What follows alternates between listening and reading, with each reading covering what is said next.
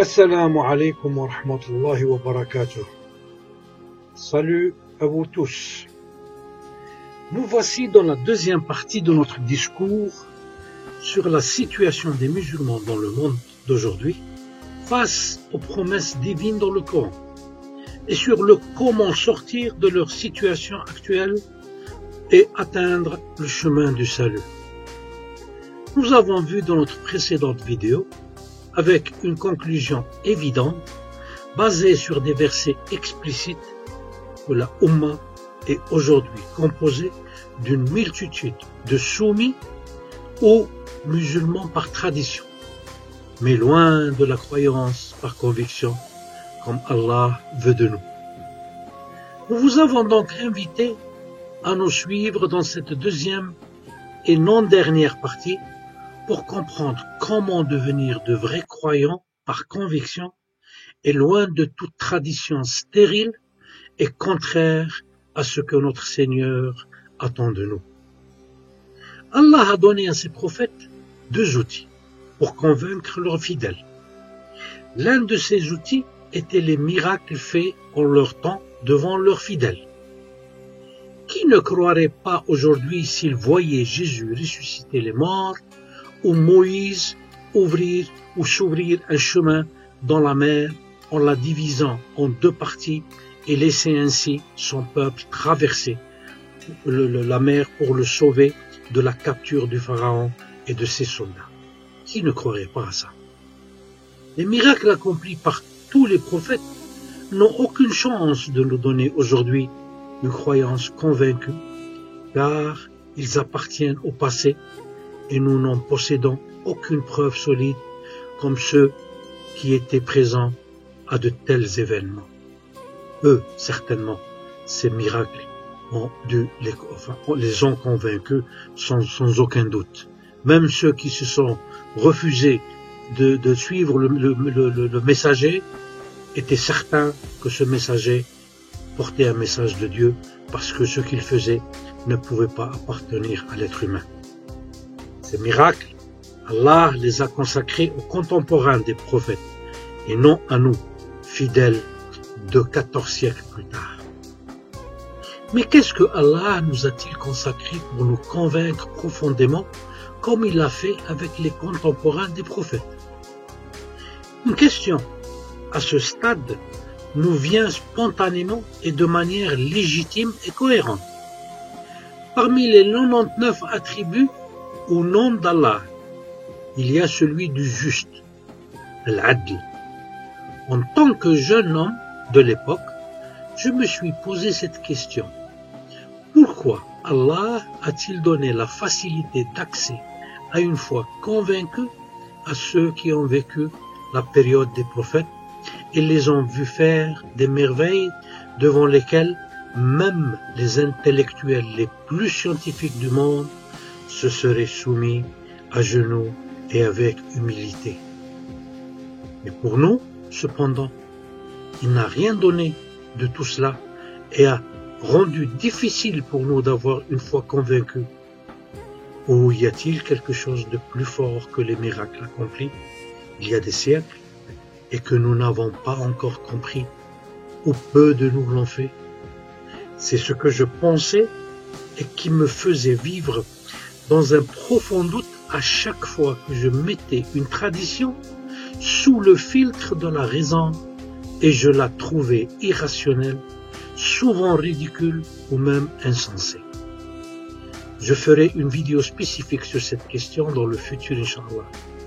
J'ai déjà ouvert un groupe Facebook sur ce sujet en langue italienne, intitulé « L'islam dépouillé de ses superstitions ». J'en ferai aussi un en langue française, Inch'Allah. J'ai vécu avec ces doutes et avec cette dualité entre ma qualité de musulman traditionnellement soumis et la raison qui ne pardonne pas l'ignorance. Je n'avais jamais caché ma situation avec ma foi jusqu'à ce qu'Allah me présente la preuve qui a définitivement effacé mes doutes et m'a donné une croyance certainement plus forte que celle des contemporains du prophète, car je suis venu à la conviction sur le message prophétique de Mohammed, non seulement avec l'utilisation de la vue et de l'ouïe, mais comme avaient fait les contemporains du prophète, mais avec le travail acharné de l'intellect et donc avec l'étude nécessaire pour parvenir à cette conviction. Pour bloquer dès le départ tout quiproquo ou toute critique stérile, j'ai l'intention de préciser que je n'ai pas dit ici que ma moralité et ma pratique religieuse sont meilleures que celles des contemporains des prophètes.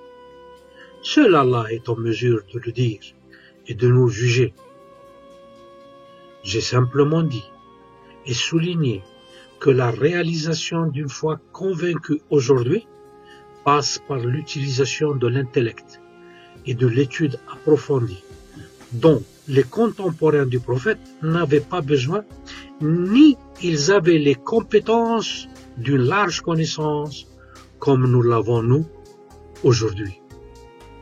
Ils ont eu besoin seulement des deux instruments de la connaissance, et qui sont la vue et l'ouïe. Par contre, nous avons besoin des trois instruments de la connaissance mis ensemble, soit la vue, l'ouïe et l'intellect. Comme vous le verrez, les preuves qui nous sont données dans le Coran existent depuis l'époque des compagnons du prophète, mais elles étaient incompréhensibles pour tous à cette époque, et vous êtes sur le point de le constater de vous-même, avec un peu de patience bien sûr. Et pour refroidir chaque personne exaltée en service, je vous soumets ce hadith pour confirmer ce que j'ai souligné auparavant et qui montre que notre foi aujourd'hui peut être 3 fois et même 50 fois plus grande que celle des contemporains du prophète Mohammed sallallahu alayhi wa sallam. Il y a ce hadith selon Sa'd al-Khudri qui dit que le prophète aurait dit « Béni soit celui qui m'a vu et a cru en moi ». Puis béni, et puis béni, et puis béni 3 fois à ceux qui ont cru en moi et ne m'ont pas vu.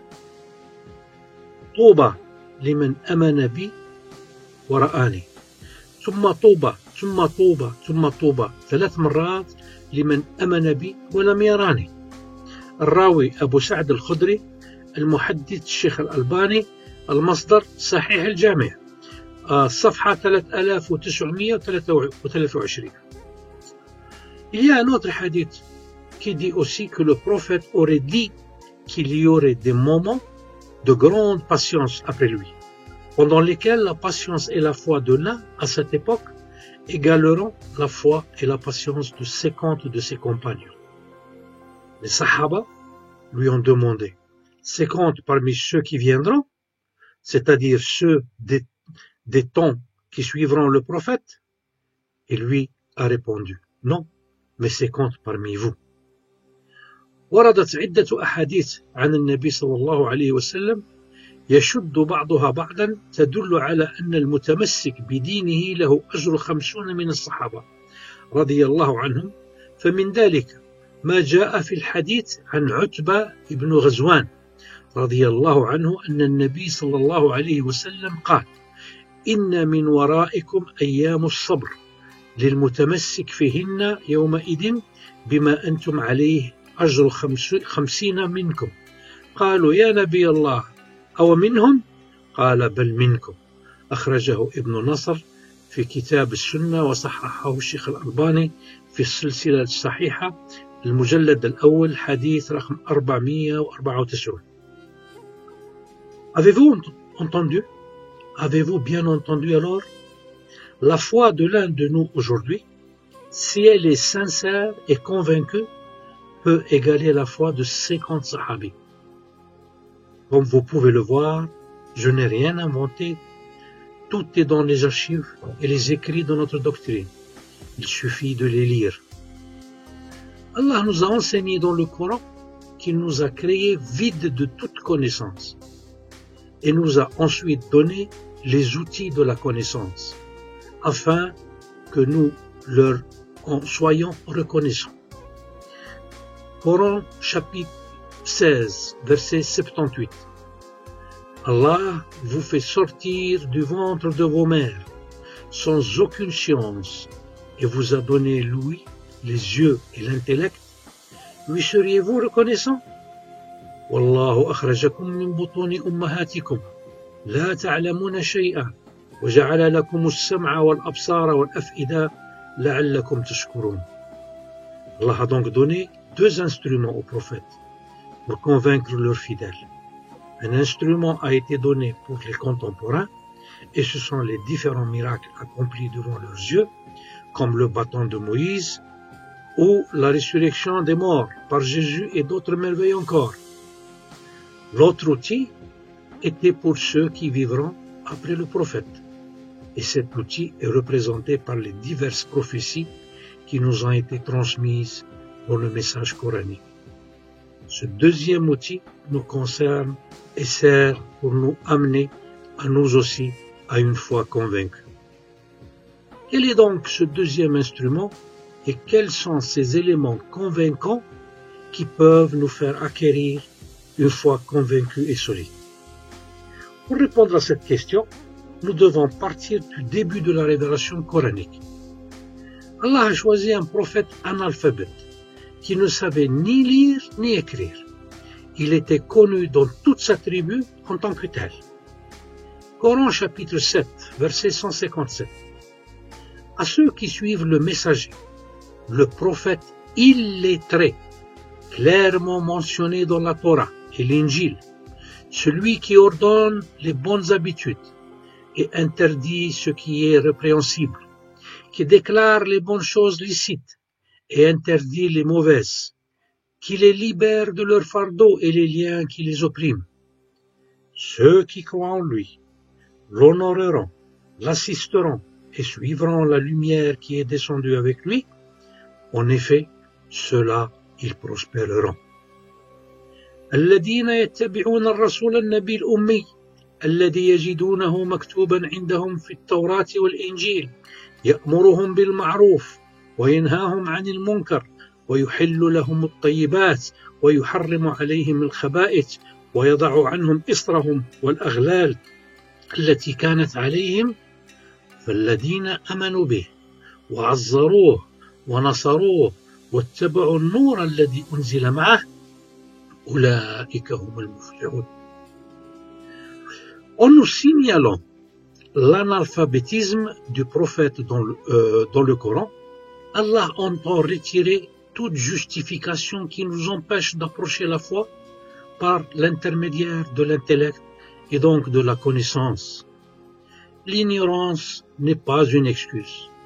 Même un analphabète peut apporter l'apprentissage de la foi en écoutant les érudits de la foi et en fréquentant les lieux d'alphabétisation. Connaître le vrai sens de notre existence représente pour nous une nourriture fondamentale pour notre âme et son équilibre. En effet, le premier ordre donné par Allah à son prophète et pour nous fidèles aussi était l'impératif « lis ». Coran chapitre 96, versets de 1 à 5. Lis au nom de ton Seigneur qui a créé. Il a créé l'homme à partir d'une adhérence. Lis car votre Seigneur est le plus généreux. Celui qui a enseigné par la plume a enseigné à l'homme ce qu'il ne savait pas. اقرأ باسم ربك الذي خلق خلق الإنسان من علق اقرأ وربك الأكرم الذي علم بالقلم علم الإنسان ما لم يعلم. Allah avertit le monde entier, c'est-à-dire tous ceux qui ont abordé la lecture du Coran, qu'ils se rendront compte qu'il contient des informations importantes sur l'avenir. Autrement dit, Allah nous avertit que dans le Coran, il y a des informations incompréhensibles au départ et qui seront clarifiées à l'avenir. Coran chapitre 6, verset 67. Son heure viendra pour chaque message et bientôt vous le saurez. لكل نبأ مستقر وسوف تعلمون. On dira, mais de quel message parle ce verset? Dans le Coran, chaque verset est appelé aya et signifie à la fois verset et signe. Par conséquent, chaque verset contient des signes pour nous, de la part de notre Créateur Allah. Beaucoup de ces signes ou versets sont explicites depuis le début de leur révélation, et d'autres ont été clarifiés après le départ du prophète, et d'autres encore doivent être clarifiés pour les générations futures. Il y a des messages pour toute l'humanité jusqu'au jour du jugement dernier. Allah nous a avertis de l'importance de ces versets et a garanti de nous montrer leur signification à la fois dans les cieux et en nous-mêmes. Voici les versets qui mettent en garde contre ce que je viens de souligner. Allah a dit, Coran chapitre 41, verset 53, « Nous leur montrerons la signification de nos signes, c'est-à-dire de nos versets, dans l'univers et dans eux-mêmes, jusqu'à ce qu'il soit clair pour eux que ce Coran est la vérité provenant de votre Seigneur. N'est-il pas suffisant que votre Seigneur soit témoin de toutes choses? سنريهم آياتنا في الآفاق وفي أنفسهم حتى يتبين لهم أنه الحق أولم يكف بربك أنه على كل شيء شهيد. Autrement dit, Allah est au courant de chaque détail sur chaque créature dans l'univers. Nous le verrons en détail lorsque nous citerons les versets liés à tout ce qui a été créé par Allah. Allah nous rassure que ceux qui ont eu le savoir verront que ce Coran est la vérité venant de lui et aimé sur le chemin du salut. Coran chapitre 34, verset 6. Et ceux à qui le savoir a été donné, vois que ce qu'on t'a fait descendre de la part de ton Seigneur, ô Mohammed, est la vérité qui guide au chemin du Tout-Puissant, du digne de louange. ويرى الذين أوتوا العلم الذي أنزل إليك من ربك هو الحق ويهدي إلى صراط العزيز الحميد. Allah s'adressant au peuple de Mohammed a dit, chapitre 17, verset 107, dis, croyez-y ou n'y croyez pas, ceux à qui la connaissance a été donnée avant cela, lorsqu'on le leur récite, c'est-à-dire lorsqu'on leur récite le Coran, tombent prosternés, le menton contre terre, et disent, gloire à notre Seigneur, la promesse de notre Seigneur est assurément accomplie, et ils tombent sur leur menton, pleurant, et cela augmente leur humilité.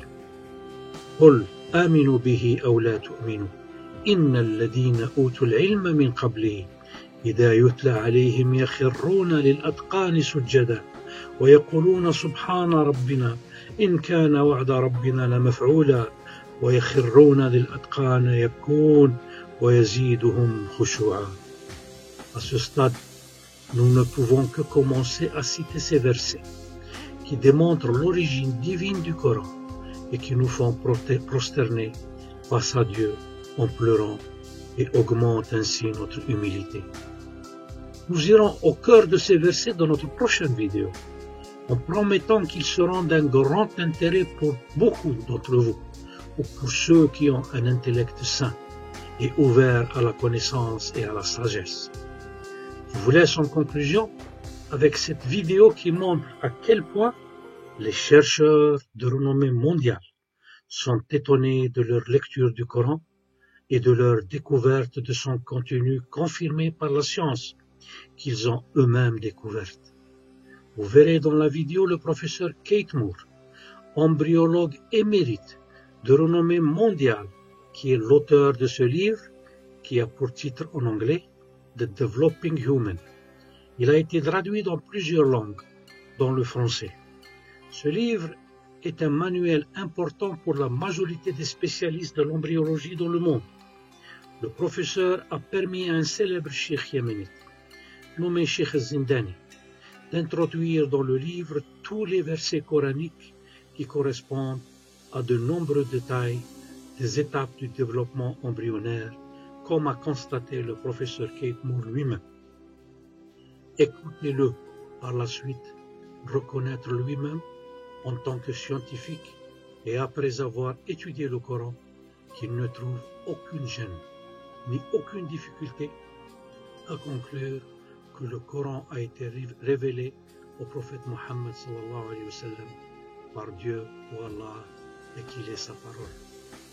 Je vous laisse voir la très courte vidéo où le professeur Kate Moore fait cette déclaration. Je vous salue pour l'instant et je vous retrouve à la prochaine vidéo. Abonnez-vous à notre réseau pour recevoir automatiquement nos vidéos. Wassalamu alaikum.